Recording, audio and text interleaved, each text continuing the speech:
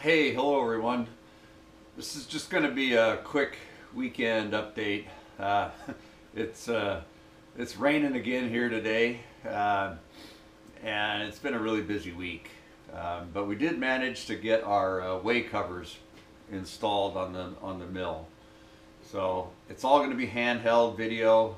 It's pretty shaky and wiggly, so I'd recommend popping a couple Dramamine and hold on to your seats. So anyways, we got a hockey game to run off to here in a few minutes. So this is just going to be a quick one, and hope you guys enjoy it, and we'll see you next time. Thanks a lot. Hey guys, welcome back to the messy workbench. And no, it's not the AVE channel. So we're working on a project over here on the mill. I'm replacing the way covers, and I've been wanting to do this for a while. Just finally found a little bit of time. So we got our anchor lube from Stan Zinkowski, and we got the latest stickers. So thank you, Stan. Yeah, so this is the upper bracket, goes on the column, and I've had to modify it. I'm making the covers wider. They weren't wide enough before, and they were better than nothing, but still not good enough. And this was the old rear support rod. So I've already made a longer one that'll go in the back here, but I've got to put a couple extra clamp plates out here. Still got to drill them, to support the wider width. And oh, check this out. My neighbor brought this book over. It came from a school, book number 20. It's 1965 modern welding, and it's still got good information in it. I was looking through it last night. It's kind of a fun read. So over here on the mill, that's for that upper bracket. It just sits on those two L brackets. So I had to borrow the wife's gift wrapping table. Boy, I hope she doesn't see this. But anyways, there's our material. And what this is it's roofing. It's for RV roofs, and I'm hoping it'll be pretty durable. The neoprene that I had before just didn't have any strength. It cracks real easy and tears, but hopefully this stuff will hold up better. Okay, we've got our bracket, our modified bracket, holding the backsplash way cover. Not as pretty as the original, but this is going to give us more protection. And I've got the knee all the way down and the saddle cranked all the way out. It'll end up something like this in this position. It's unlikely you'd have something so big that it would be in the way, but if that ever happens, I would just undo the cover, do what you got to do, and then put it back on. Before I go any farther, I'm going to loosen up the wipers, pull them back, clean the felts, and wipe everything down, give everything a fresh oil coating, and then we'll attach the bottom here. Okay, we got the bottom fastened down. Pay no attention to the missing screw. If I ever pull the saddle off to scrape the ways or whatever, we'll fix that one. That one was had a broke off screw in it when we got it, and we didn't notice it when we were doing the original cleanup, so we'll just have to get it at another time. So yeah, so there's how it lays with the knee all the way down and the saddle all the way out. I think that'll be good. The old one, I had it so that it laid flat, but then when you're in the normal position with the saddle further in and the knee higher up, I had excess material, and it would get folds in it, and I think that's one of the reasons that we ended up ripping some holes in the old one. Okay, we still got to work on the front one here. We got our mini collet holder back on. And we've got the knee and the table in their typical position. So this is what you end up with. So you can imagine before I had like a double fold. So I think this will be a lot better. At least, you know, you can just get in here and sweep the chips out much easier. Okay, we need to deal with this one now. Okay, there it is.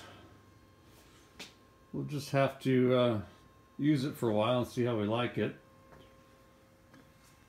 So on this one, let me see if I can do this while holding the camera. So if we come out with the saddle, eventually you start hitting your crank handle, but you can just let this roll underneath.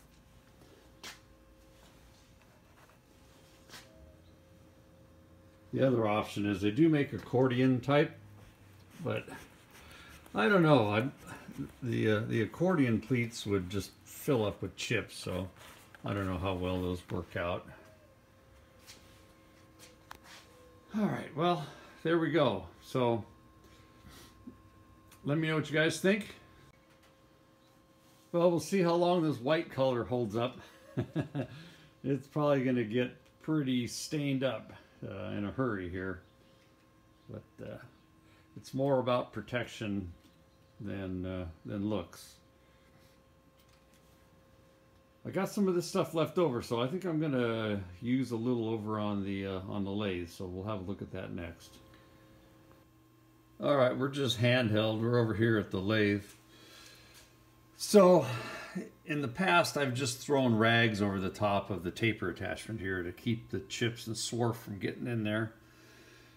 So I tried making a real fancy cover for this.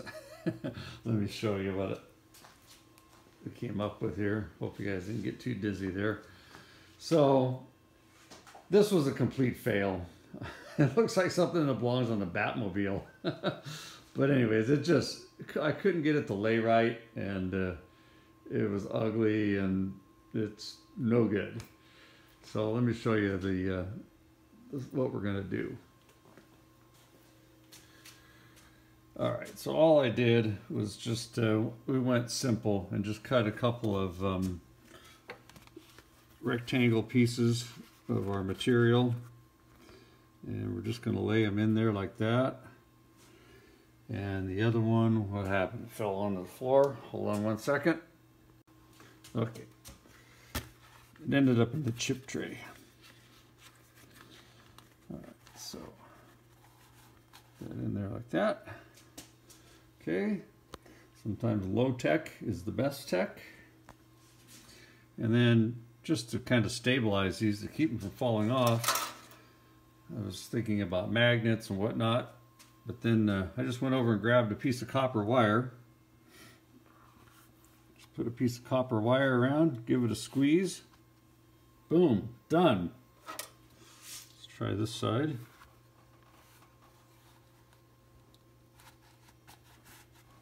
There we go. Nothing too elaborate. That you know, takes time to put on or take off. And we got our taper attachment covered. Okay. Okay, I'm not sure if everybody knows this, but when you're not using the taper attachment, you just unhook it. That's the anchor is just loosen it up here. Yeah, see, it's just floating free. Normally you would attach it to the bed. So when you're operating the lathe, the taper attachment just moves with the whole carriage. Alrighty. I'm sure a lot of you guys know this trick, and I can't claim to be the one who thought of it. It was actually recommended to me by John Strange. Just go down to your local dollar store, Target, what have you, pick up a baking pan, and I was lucky. I found one that fit right in the chip tray, and 90% of your chips end up in here, and you just lift it out, take it over to your recycle bin or wherever you dump them, and quick and easy. That little piece of rod there, that's just covering the gap between the original chip pan and the pedestal, just to keep chips from getting down in there. Hey guys, had a pretty good flea market day today for the Coyote. So we got a set of these Bondress folding metric hex keys for $1. We also picked up one of these little Imperial Imp tubing cutters. These are really great. They don't make this model anymore. This one needs a new wheel, but that's no big deal. But yeah, these are more compact than the others. They'll get in really tight spaces. And $1. All right, good deal there. We found some more snap ring pliers. These are Protos. These are external, and they got 2 different fulcrum points. Somebody lost the original screw. I'll probably try to make the correct screw for it, but $2. That was a good buy. And then we got a set of these are SKs, snap ring pliers, reversible. Another $2. And then our best find was we got some end mills. This is a Haneda. I think that's how you pronounce it, from Israel. So it's a roughing end mill. It has been used. Looks like maybe just one time. It's still nice and sharp. 3-fluter. It does have a couple little dings here and there, you know, from getting bounced around, but I should be able to clean those up with a stone.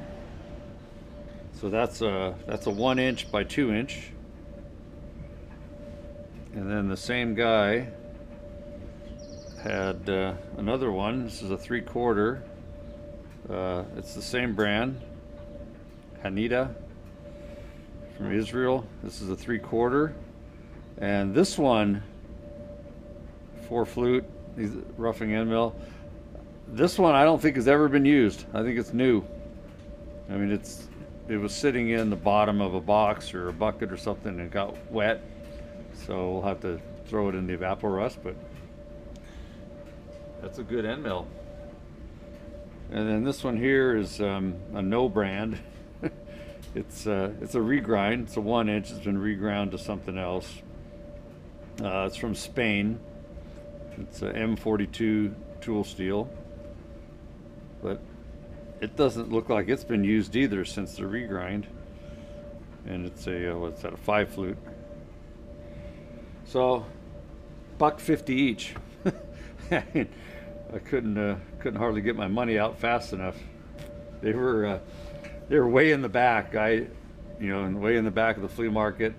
He just had some boxes, and I saw this one. It was, just a little bit of it was sticking up above all the other junk that was in the box, and started digging around and found these other ones in there. So that was a good find. And then the last find, what I was actually looking for, was a toaster oven. So picked up this toaster oven. It's a Cuisinart, and it's missing the crumb tray, but other than that, it's all right, and it's fully functional. See if we can turn it on here. Bake mode. Turn up the temperature. Thermostat works. All the normal toasting settings work, but I just want it for a tempering oven, or like a preheat oven. $5. So yeah, I don't know what its ultimate use will end up being, but But I've been wanting one of these to test out, mainly as a tempering oven. I might see if I can modify it and maybe extend the heat range a little bit. For $5, you got nothing to lose, right? It's 1800 watt. It heats up pretty fast. I don't know if we got any color yet, but it's heating up. It's getting warm.